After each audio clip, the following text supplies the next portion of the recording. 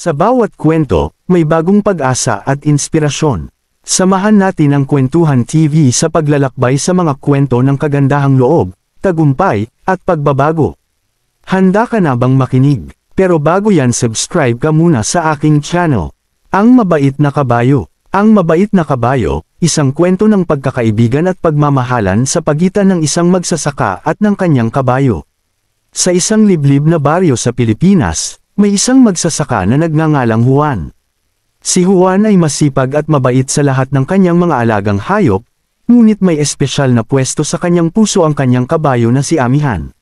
Si Amihan ay isang magandang kabayo na may maputing balahibo at matalinong mga mata. Bawat araw, si Juan at si Amihan ay nagtutulungan sa pagsasaka.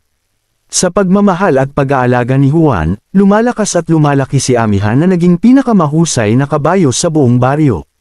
Sa bawat paglalakbay at pag-aararo ng lupa, laging kasama ni Juan si Amihan na handang maglingkod at magbigay ng tulong sa kanyang amo. Isang araw, may malaking sakuna na nangyari sa baryo. Isang sunog ang sumiklab na nagdulot ng panganib sa lahat ng mga tahanan at sakahan. Hindi nagdalawang isip si Juan na iligtas ang kanyang kapitbahay at ang kanilang mga alagang hayop. Sa tulong ni Amihan, nagawa ni Juan na ilayo ang mga tao at hayop sa panganib ng apoy. Dahil sa kabayanihan ni Juan at sa tulong ni Amihan, naging bayani sila sa kanilang baryo.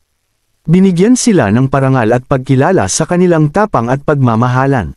Mula noon, ang kwento ng mabait na kabayo at ng magsasakang si Juan ay naging inspirasyon sa lahat ng mga tao sa baryo.